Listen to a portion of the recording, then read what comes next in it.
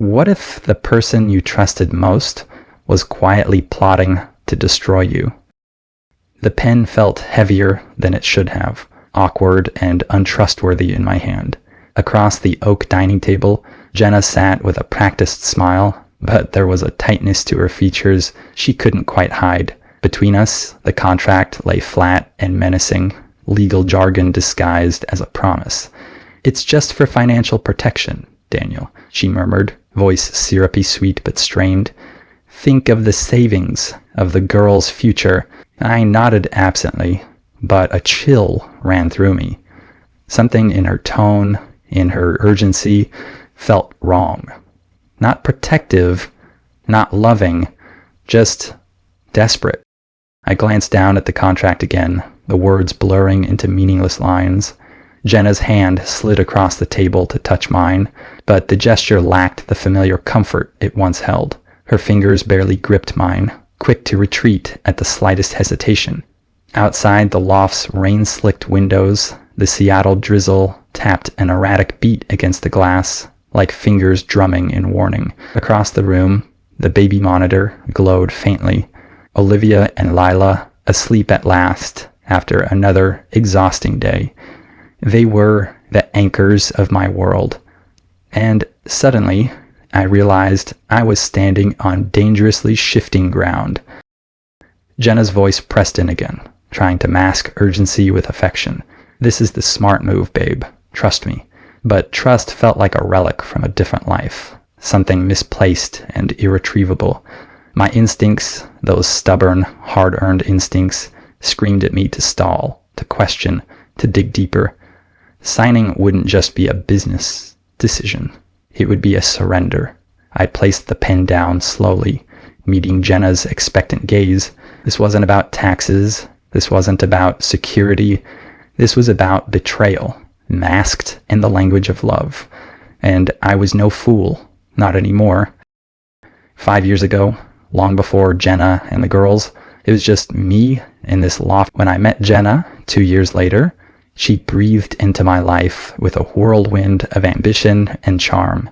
She spoke of dreams that matched mine, or so I thought, and it seemed only natural that we would build a future here together. Our twin daughters, Olivia and Lila, arrived just a year after the wedding, a chaotic blessing that flipped my careful world upside down.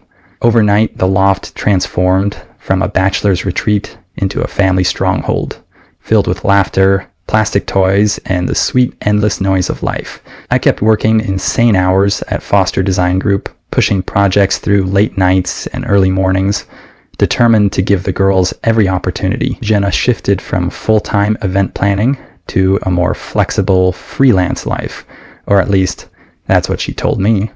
Lately, the long absences, the sudden expenses, the excuses, they didn't feel like the life we had built. They felt like cracks in the foundation. The next few days, Jenna's pressure mounted like a rising tide.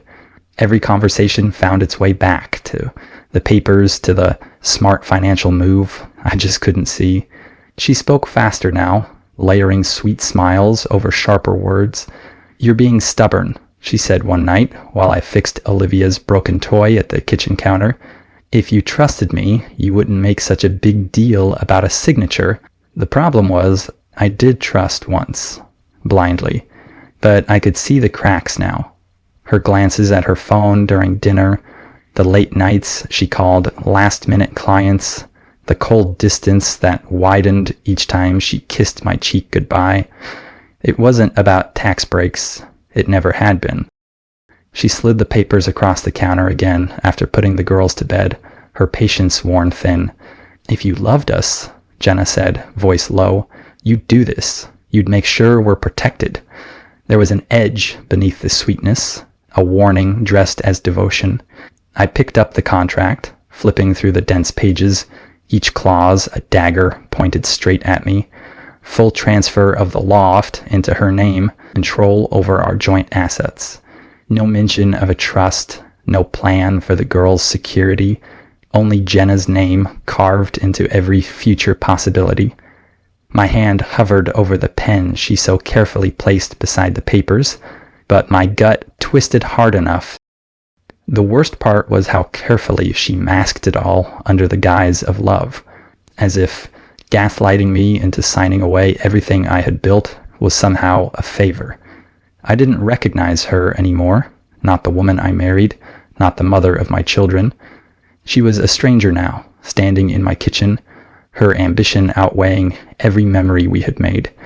I set the papers down slowly. "I'll think about it," I said. Jenna's smile froze at the edges, faltering for the first time. It was a small crack, but I saw it. And once you see a crack, you can't pretend the wall is still whole.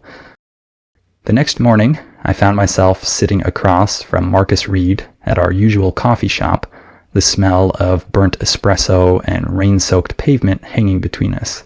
Marcus had been my best friend since college, the kind of guy who could sniff out a bad deal faster than anyone. I slid the contract across the table without a word. He scanned it quickly, his jaw tightening with every page. "Daniel," he said finally. He tapped the section about transferring the loft. "If you sign this, you're giving her everything with no safety net. You'd be walking into a slaughter." I leaned back in the worn leather booth, rubbing my eyes. "She said it's for the girls," I muttered, half hating how small my voice sounded. Marcus shook his head. "If it were for the girls, you'd be on the paperwork too. This is about her, only her." His certainty hit me harder than I expected. Deep down, I already knew it, but hearing it aloud gave it shape, gave it teeth. I thought about Jenna's new designer bags, her sudden weekends away for networking events, her distracted kisses before bed. None of it added up anymore. None of it felt like love. Marcus leaned in, voice dropping even lower. "Listen to me. Do not sign anything without getting your own lawyer involved. And start paying attention. You're a smart guy, Daniel. Act like it." I nodded slowly, my stomach knotting. The weight of what I was facing started to sink in, thick and cold. I wasn't just protecting myself anymore. I was protecting Olivia and Lila. If Jenna had crossed this line once, there was no telling how far she'd go. As I left the coffee shop, the rain had turned to a hard, steady pour. It matched the resolve hardening inside me. No more blind trust. No more easy assumptions. That night, after putting Olivia and Lila to bed, I sat alone at the kitchen table, with Jenna's contract still mocking me from across the room. My laptop glowed against the dark, rain-spattered windows, and I started where any modern betrayal begins, our shared phone account. I pulled up the logs and scanned through months of calls and messages. A single number popped up over and over, like a silent thread stitching Jenna's lies together. Not a client, not family. Whoever it was, they were a constant, almost daily presence in her life. My chest tightened as I scribbled the number down and started digging. A reverse search gave me a name almost immediately. Chloe Ramirez. Young, polished, smiling in her LinkedIn photo. Marketing consultant. No obvious link to Jenna at first, until I found Chloe's latest client, Derek Vaughn, a wealthy entrepreneur Jenna had casually mentioned a few months back. "Just a big event contract," she had said, waving it off with a laugh. I felt my stomach lurch. It wasn't just work. I scrolled deeper into Chloe's public profiles and saw photos of Jenna and Derek together, laughing at wine tastings, cozy at high-end gala dinners, pictures Jenna had never shared, moments she had hidden. It wasn't just the pictures, there were receipts too. Credit card charges Jenna hadn't bothered to hide, expensive dinners, boutique hotels in neighborhoods where no events were scheduled. I pulled the records, printing them one by one, feeling each sheet of paper harden into evidence in my hands. My heart hammered against my ribs, furious and wounded all at once. Every instinct I had honed through years of managing high-stakes projects screamed at me. Jenna wasn't just thinking about leaving, she was preparing to take everything with her and leave me bleeding behind. By midnight, the table was covered in printouts, screenshots, and notes. A battle plan was forming in my mind, sharp and unrelenting. If Jenna wanted a war over the life we had built, she was about to find out just how much fight I had left. No more guessing, no more hoping she would come back to who she used to be. The truth was clear now. It was time to protect what mattered. My daughters, our home, my future. The next day, I followed Marcus's advice and took a detour on my way home from work. Tucked into a side street in downtown Seattle was a small electronics shop, old-fashioned, the kind that didn't ask questions. Inside, the clerk barely glanced up as I explained what I needed. A recording device, small, reliable, easy to hide, catch them in their own words, he said with a knowing nod. I tucked it into my jacket pocket, the weight of it oddly reassuring. That evening, I pretended everything was normal. Jenna swept in late, smelling faintly of expensive perfume I didn't recognize, talking a mile a minute about how busy her day had been. I planted the recorder beneath a decorative bowl on the kitchen counter, where we always seemed to have our deepest conversations. Over dinner, I baited the hook. Maybe you're right, I said casually, spearing a piece of chicken. Maybe transferring the loft is the smart move. I just want to make sure it's best for the girls. Jenna's eyes lit up with triumph she couldn't quite hide. She took the bait without hesitation. She talked and talked, weaving the same lies with a little less care now, drunk on what she thought was victory. I kept my voice even, nodding at the right moments, letting her words pile higher and higher until they built a noose of her own making. Every promise, every contradiction, every slip of selfishness was captured, recorded, preserved. I didn't need to accuse her. I didn't need a confession. I already had the raw, undeniable truth, spoken straight from her own mouth. And when the time came, I would be ready to end this on my terms. Jenna came home 2 nights later, a manila envelope clutched tightly in her manicured hand. She set it down on the kitchen counter with a bright, forced smile. "Final papers," she said, voice sugary but brittle. "I had my lawyer finalize everything. All we need is your signature, and we can move forward." She slid the envelope toward me like a dealer. Inside were the same transfer forms, cleaner this time, more aggressively worded. "Sign here, give it all away, trust me." I looked up at her, masking my disgust with a tired smile. "Before I sign," I said casually, leaning back against the counter, "there's something I wanted to ask you about." Jenna's face twitched, just a flicker, but it was enough. I pulled my phone from my pocket and tapped the recording app. Her own voice filled the kitchen, clear and damning, as she outlined her plan. Once the loft was in her name, she and Derek would start their real life together. I watched the blood drain from her face as the words hung between us. Her mouth opened and closed, scrambling for an explanation, but there was nothing she could say that would make it better. "You've been lying to me for months," I said, my voice calm, almost detached. "Setting me up, pretending this was for our family." Jenna took a step back, her shoulders rising defensively. "You don't understand, Daniel," she sputtered, anger flaring behind her panic. "You're never here. You're always working. I needed someone to bankroll your fantasy with Derek." She tried to speak again, but I wasn't listening. I was done listening. Every second she spent scrambling felt like reclaiming a part of myself she had tried to take. Finally, Jenna's anger boiled over. "You think you're better than me?" she snapped, voice rising. "You think working late and missing your daughter's lives makes you a hero?" I straightened, meeting her glare without flinching. "No," I said quietly, "but protecting them from you does." I gathered the papers and the recorder, slipping them both into my bag. Jenna stood frozen in place, breathing hard, but the fight was already over. She just didn't know it yet. I turned away without another word, heading upstairs to check on Olivia and Lila. My daughters needed me. Jenna could scream into the empty kitchen if she wanted. It didn't matter anymore. The next morning, I met with Alex Grant, the divorce attorney Marcus had recommended.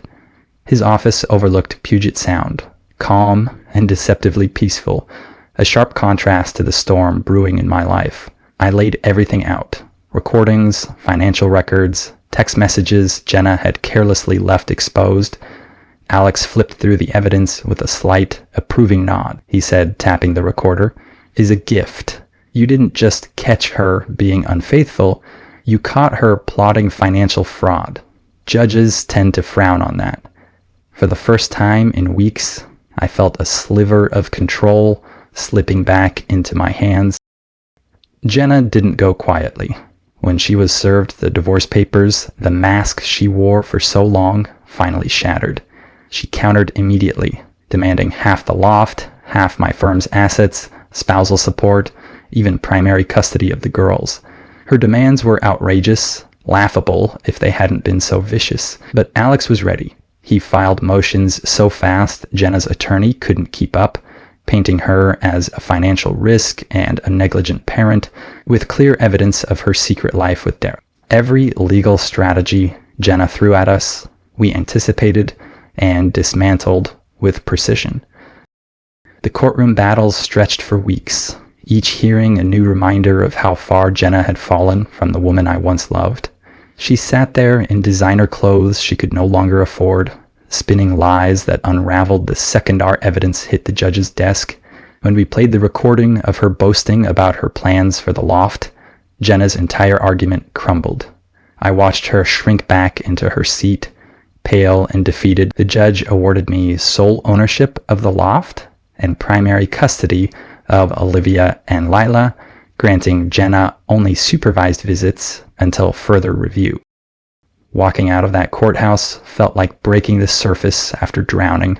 The city buzzed around me, gray and alive, and for the first time in months, I breathed without that crushing weight on my chest. Jenna had tried to dismantle the life we built, but in the end, all she destroyed was her own future. I wasn't the broken man she had counted on. I was standing, battered but whole, ready to rebuild, this time without anyone trying to tear it apart from the inside. The fallout from the divorce hit Jenna harder than either of us expected. Jenna dumped her within weeks of the custody ruling, unwilling to tie himself to someone tangled in scandal and debt. Word spread quickly through the event planning circles she had once dominated. Clients pulled out of contracts, friends distanced themselves. Jenna moved into a cramped apartment on the outskirts of the city. Her calls to the girls became more desperate, more sporadic, until Olivia and Lila barely recognized her voice on the phone. Meanwhile, I focused on stability. Every morning, I packed lunches, brushed hair into uneven ponytails, and walked the girls to preschool. At night, I read them stories and tucked them into their bunk beds, savoring the quiet moments that once slipped by unnoticed. The loft transformed again, not into a bachelor pad and not into a fractured home, but into something stronger, something real. I planted a small garden on the balcony. I framed the girls' messy paintings in the hallway. I built a life that no longer depended on holding broken pieces together. Jenna showed up once, unannounced, standing outside the loft in the pouring rain, mascara streaking down her face. She begged to come inside, pleaded for another chance. I stayed behind the locked door, heart steady. There was nothing left to save between us. I watched as she finally turned and disappeared down the street, swallowed by the same darkness she had created. I didn't feel triumph. I didn't feel pity, only a profound sense of closure. Jenna had made her choices. Now, I was finally free to make mine. The months that followed felt like stepping into sunlight after years of overcast skies. Foster Design Group thrived, and I earned a promotion to senior partner, something I once thought impossible while balancing single fatherhood. With every project I completed, every client I satisfied, a part of me stitched back together. The loft, too, evolved. I renovated Olivia and Lila's rooms, bright colors and soft lights, replacing the last remnants of that darker chapter. A small balcony garden flourished, a tangle of flowers and tiny tomatoes the girls loved to water every morning. Life wasn't just surviving anymore, it was growing, reaching, thriving in ways I hadn't dared to imagine. Marcus teased me about getting back into the dating world, but I wasn't in a rush. For now, my world was enough. Saturday mornings spent at the park, laughter bouncing off the swings, evenings spent sprawled on the living room rug, helping the girls build castles out of blocks. Every moment rooted me deeper into this new life. I had already learned the hardest lesson. Peace doesn't come from who stands beside you. It comes from knowing you can stand strong on your own. One quiet evening, I sat on the balcony, a mug of coffee warming my hands as I watched Olivia and Lila race around the small garden we had built together. Their laughter rose into the Seattle evening, light and full of life. The city stretched beyond them, busy, restless, but here, on this little patch of green, we had carved out something safe, something sacred. I thought about the man I had been a year ago, weighed down by doubt and misplaced trust. Jenna's betrayal had almost broken me, but standing here now, I realized it had also freed me. Not all losses are tragedies. Some are necessary endings that clear the way for something better. I rarely thought of Jenna anymore. When I did, it was with a saint's distance, like remembering a story that happened to someone else. She had moved on, or tried to, and so had we. Olivia and Lila were thriving, their smiles brighter, their dreams bigger. As the sun dipped low over the city, painting the sky in muted golds, I whispered a silent promise to myself. I would never let anyone steal this peace again. We had survived the storm, rebuilt the wreckage, and found joy on the other side. And in that simple, undeniable truth, I found something even better than victory. I found myself.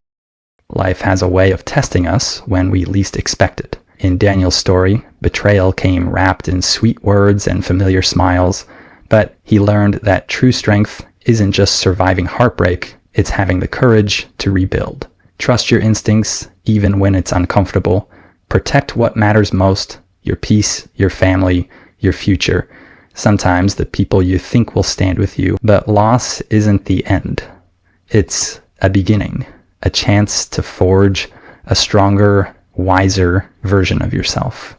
Daniel didn't just reclaim his home, he reclaimed his identity.